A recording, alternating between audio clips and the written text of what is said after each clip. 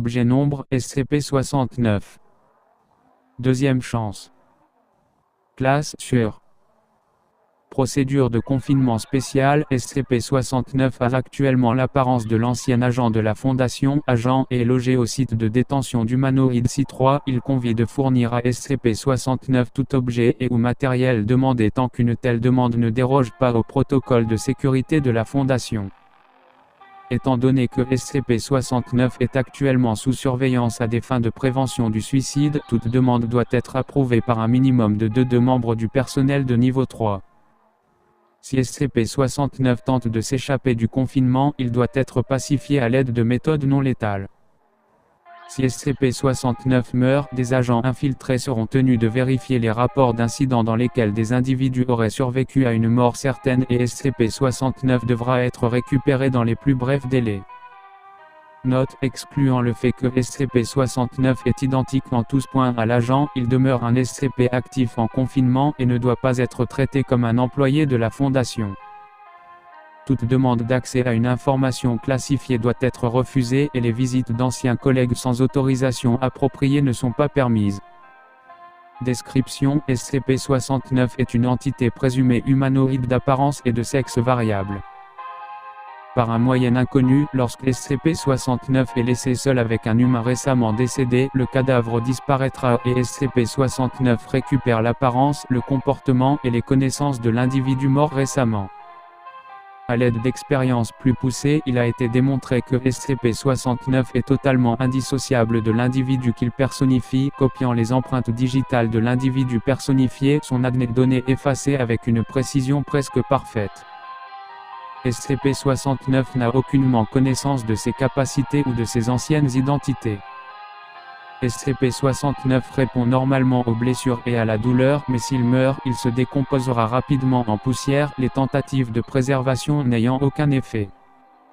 SCP-69 réémergera ensuite à l'endroit de la mort humaine la plus récente.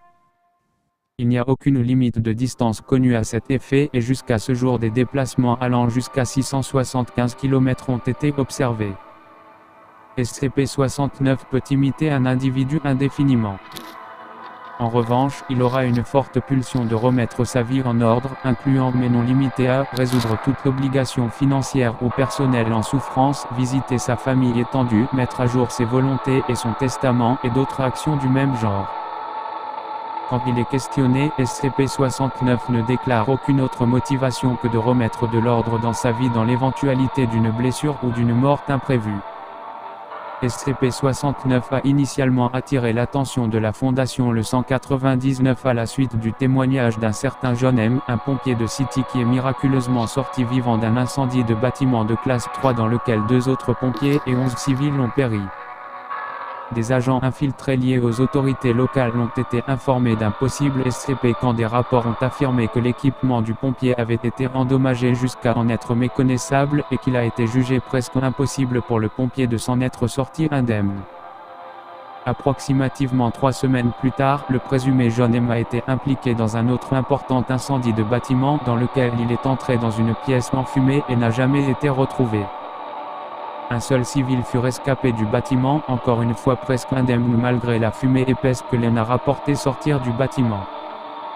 SCP-69 a été retrouvé le lendemain et a été placé sous la garde de la Fondation par des membres de la force d'intervention mobile XI3 vol d'Indom 069A01. Le 200, l'agent, un garde en service assigné à SCP-69, a été tué durant la brèche de confinement de SCP et a été par la suite imité par SCP-69. Bien qu'il fût dans le déni après avoir été informé de son identité, il a été généralement coopératif après son imitation d'un employé de mi-niveau de la Fondation. L'éventualité de l'utilisation des employés décédés de la Fondation pour une utilisation ultérieure de SCP-69 est envisagée. Addendum 069A02, le 200, SCP-69 a tenté de se suicider après qu'un chercheur débutant l'ait accidentellement informé que la famille de l'agent a eu vent qu'il était mort et quelles ont été leurs réactions. Du fait des coûts colossaux d'un possible reconfinement de SCP-69, des mesures strictes de prévention du suicide doivent être implémentées. Les plans visant à utiliser d'autres employés décédés de la Fondation comme de possibles cibles d'imitation pour SCP-69 ont été suspendus.